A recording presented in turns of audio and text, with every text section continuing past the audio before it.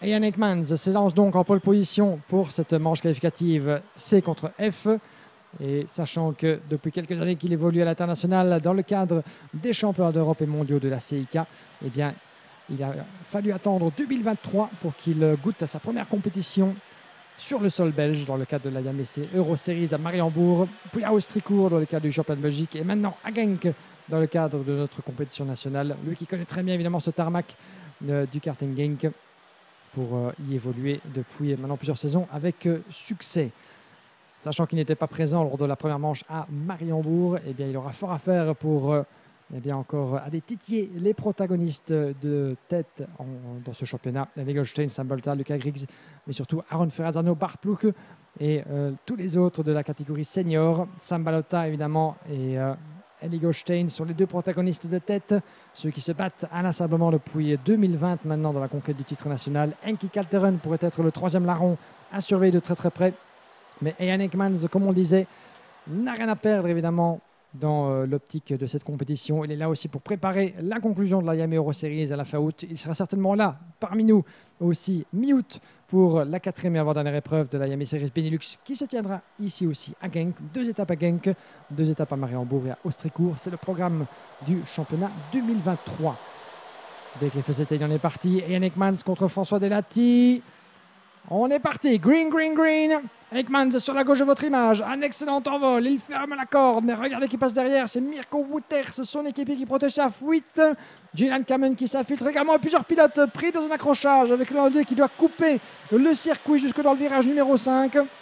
Il va devoir laisser passer l'entièreté du peloton au niveau de la ligne droite de retour. Mais plusieurs pilotes donc pris dans la mélasse là-bas. Je pense que Adjin Djatic, le pilote néerlandais de 307, est l'un d'eux. C'est lui qui a dû couper le circuit puisqu'il n'avait nulle part d'autre où aller à l'entrée du virage numéro 1. Mais tout le monde est reparti, donc ça c'est une bonne nouvelle. Personne n'est resté sur le carreau dans ce premier tour. Et regardez la domination des pilotes EGP Racing avec leur livret jaune fluo, reconnaissable de loin. Ekmans, Mirko Wouters, Gillian Kamen qui ont pris l'avantage sur François Delati, qui a perdu également une place au profit de Mathis Merskout, l'un des rookies cette saison en senior est déjà en 4e position. On fait le pointage. Ekmans, Gillian Kamen, Mirko Wouters qui vont évidemment se soutenir mutuellement et protéger leur fuite, alors que François Delati eh bien, boucle ce premier tour et surtout démarre le deuxième avec une position de gagné sur Mathis Merskout. Il doit se méfier évidemment du retour de Lorenz Steiger juste derrière. Puis nous avons Gilles Renmans, Michael Kuiper, Milan Marza, Gris Viveret. Voilà pour votre top 10. Parmi les pilotes en difficulté, eh bien, Adin Djatic est effectivement celui qui a dû couper le circuit et laisser passer surtout l'entièreté du peloton, comme le stipule le règlement.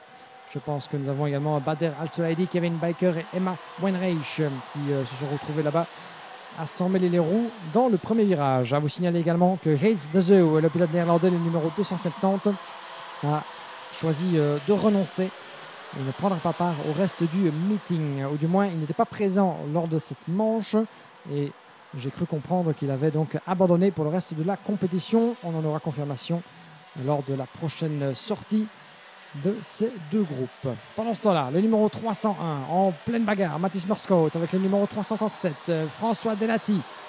Ces deux-là sont pour l'instant installés en 4e et 5e position. Un petit peu impuissant face au trio de tête. Ekmans, 3e d'avance sur Gillian Kamen. Mirko Wouters juste derrière, à protéger en quelque sorte la fuite en avant de ses équipiers. Contrairement à Ian Ekmans, Gillian Kamen et Mirko Wouters sont présents à la saison. Gillian Kamen a épinglé son meilleur résultat lors de la manche d'ouverture à Mariembourg. Il avait terminé 6e de la finale, Gillian Kamen. À Tobis également à Austricourt. Mirko Wouters, c'est un peu plus compliqué. Meilleur résultat à Mariembourg, un week-end plus difficile à Austricourt lors de la deuxième manche. Encore des gros points à aller chercher, alors que ça se bat entre équipés là-bas. Le numéro 284 qui prend le meilleur. C'est Kuipers qui prend l'avantage sur le numéro 375, Lorenz Steiger. Il s'est passé son coup férir. Kuiper qui prend donc la 6e place, Steiger 7. Alors celui du classement est beau dépassement là-bas de la part du numéro 249. Il s'agit plus loin dans notre classement de Rimmer Blanc qui a pris le meilleur sur Dylan Visser, un autre pilote du team EGP. Ils sont nombreux évidemment à s'aligner dans le cas du championnat de Belgique.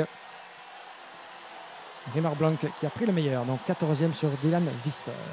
Pendant ce temps-là, 4 petits dixièmes qui séparent Ryan Ekmans de Julian Kamen. Ces deux-là sont dans le dernier virage. Mirko Wouters 3 sous la pression de Mattis Merscout. Le pilote numéro 300 qui n'a pas dit son dernier mot et qui attaque, bien prêt à dépasser et qui double. Ça passe pour Mattis Merscout, le pilote numéro 301 qui évolue sous les couleurs du team BRS Racing. Merscout 3, Mirko Wouters 4. Heureusement pour Mirko Wouters, il va pouvoir un petit peu respirer puisque François Delati a perdu quelques plumes et surtout quelques dixièmes derrière. 6 dixièmes derrière pour l'instant, mais François Delati n'a pas dit son dernier mot. Il voit l'opportunité éventuellement se dessiner. Mirko Wouters perd un peu pied, même s'il reste bien dans le sillage de Mattis Merscout pour l'instant. Mattis Merscout qui traîne un châssis Oberon. C'est assez rare pour être souligné, les fameux châssis Oberon qui sont, qui ne garnissent plus vraiment autant qu'avant les grilles de départ du karting à l'international. On les compte sur les doigts d'une main. Et regardez comme certains des front-fairing, comme certains des museaux de certains des pilotes tremblent au vent. Bien fait de la part du numéro 259. C'est plus loin que ça se passe. Et il s'agit de Simon Lacroix qui prend le meilleur sur Alex de Schepper pour la 10e place. Bien joué de la part du pilote du team RSD. Alex de Schepper qui va devoir s'y reprendre. Le pilote numéro 211 qui évolue sur les couleurs du team Eurokarting et qui perd une place au profit de Lacroix. Juste derrière lui, eh bien, il a Dilano Deckers, pilote du team TD Kart. Oh, légère touchette. Attention, messieurs. Légère touchette là-bas avec le pilote Falcon qui se fait doubler malheureusement pour lui par Milan Marzak. C'était Lorenz Steiger, si je ne m'abuse, qui vient de perdre 2 places au profit de Gilles Renman. C'est Milan Marzak désormais. Les protagonistes de tête qui repassent devant notre cabine. Renman, c'est désormais 7 devant Marzak et Lorenz Steiger désormais 9. Alors que devant, ça se bat toujours comme des chiffonniers. Le 2,84 Kuiper, juste derrière lui, Gilles Renmans. Et non, il a pris l'avantage, pardon. Michael Kuiper sur François Delati, c'est pour le gain de la 5e place. Michael Kuiper l'a fait certainement un timing idéal. Il va devoir cravacher pour aller chercher Mirko Wouters, sans quoi il aurait été davantage retardé par François Delati. François Delati qui a tourné dans son dernier tour en 55-3, 55-1 pour Michael Kuiper. Donc on comprend aisément pourquoi il n'en pouvait plus d'attendre. 3 minutes 40 et un tour avant la conclusion de cette manche.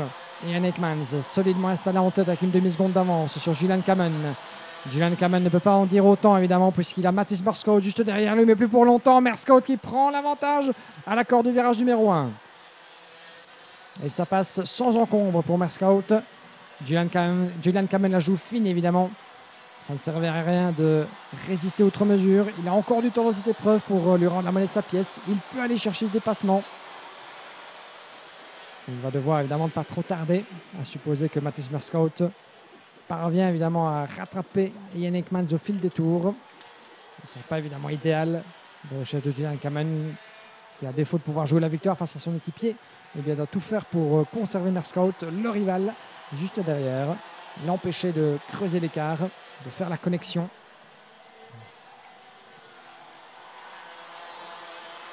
Belle bagarre également derrière entre François Delati et Mirko Wouters.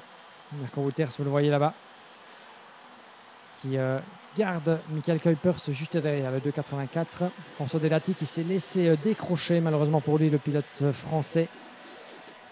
6e avec déjà 8 dixièmes de retard sur Michael Kuiper. Les espoirs de top 5 qui semblent s'évanouir à l'horizon pour François Delati. Et Ian Ekmans, 9 dixièmes d'avance pour le pilote belge. Mattis Merscout 2. Julian Kamen 3. Ces deux-là pourront encore s'expliquer jusqu'au bout de cette épreuve. Et Ian Ekmans qui s'est encore distingué récemment dans le cadre de la Yamero Series, qui avait fait étape du côté de Franciacorta en Italie. Au niveau du classement à l'international d'ailleurs, au niveau de la compétition promue par RGMMC, eh bien, Et Ian Ekmans fait définitivement partie des protagonistes dans cette catégorie senior. Et qui figure pour l'instant en 7e position de la catégorie après 3 manches disputées. Il en reste une qui aura lieu fin août ici même à Genk. Ekmans qui ne pourra pas sans doute jouer le titre jusqu'au bout. Que l'on laissera sans doute au soin à Ruben Moya et Kali Atkins à égalité de points pour l'instant d'en découdre. Car Sam Shaw et les autres protagonistes qui se nomment Edouard Villa et Sam Balota. Sam Balota qui, comme Ellie Goldstein et Ian Ekmans, figure parmi les meilleurs représentants de notre petite Belgique à l'international en karting.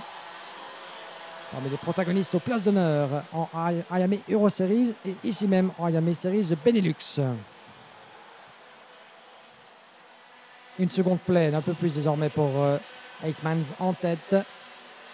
Mathis Borscout, qui ne sera pas parvenu tout au long de cette épreuve, dans cet avant-dernier tour, à vraiment se défaire de la pression de Gillian Kamen, qui fait le job évidemment, à défaut de pouvoir le doubler pour l'instant.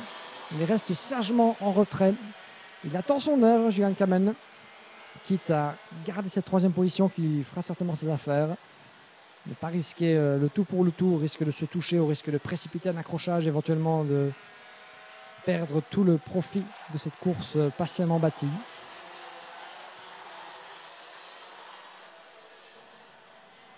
Kuiper 4 toujours avec Mirko Wouters juste derrière. François Delati 6, 7e place pour Simon Lacroix. Dernier tour pour Ian Ekmans.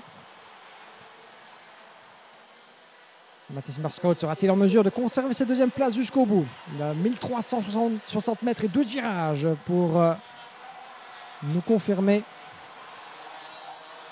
une opportunité dans le virage numéro 5. Elle ne se présente plus pour Gillian Kamen qui reste derrière, bien sagement. Peut-être éventuellement avant de porter son estocade dans les derniers instants. Il est très proche à la sortie du virage numéro 6. L'enchaînement, le double droit, l'épingle à cheveux. Et je pense que Gillian Kamen va la jouer fin renard et ne pas tenter ce qui serait peut-être déraisonnable à quelques encablures du drapeau damier. La 3e place fera l'affaire. Pendant ce temps-là, ce sera la victoire pour Ian Ekmans, drapeau à damier. Et c'est la 2e victoire pour Ian Ekmans, qui rejoint donc au rang des vainqueurs Victor Louis, Henki Kalteren, Ellie Goldstein. Première victoire, donc 2e victoire pour Ian Ekmans, à égalité avec Henki Kalteren. À ce stade donc des manches qualificatives en senior, nous avons 3 succès pour Ellie Goldstein, 2 pour Henki Kalteren et désormais 2 pour Ian Ekmans, qui s'impose devant Mathis Borscout qui aura résisté jusqu'au bout. Au retour de Gillian Kamen, Michael Kuiper 4 devant Mirko Wouters 5.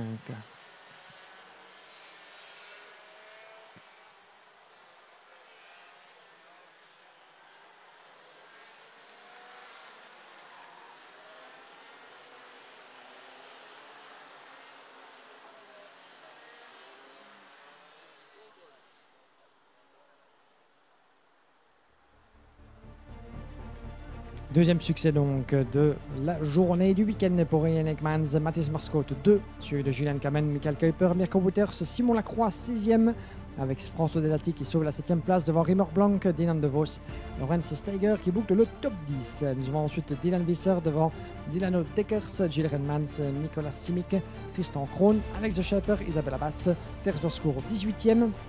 19e place pour Milan Marzak, suivi de Floris Koster, Emma Wenreich, Christopher Bingham, Kevin Baker, Rémi Komissaris, Bader Al-Souledi et 2 abandons vous signalez, celui de Adjin Djatic qui avait coupé donc, le circuit dès le départ et donc qui a préféré se retirer pour sans doute économiser matériel et pneus en vue de ses prochaines manches. Et abandon aussi de Rizzi Verret, le revenant entre guillemets du team VDK Racing.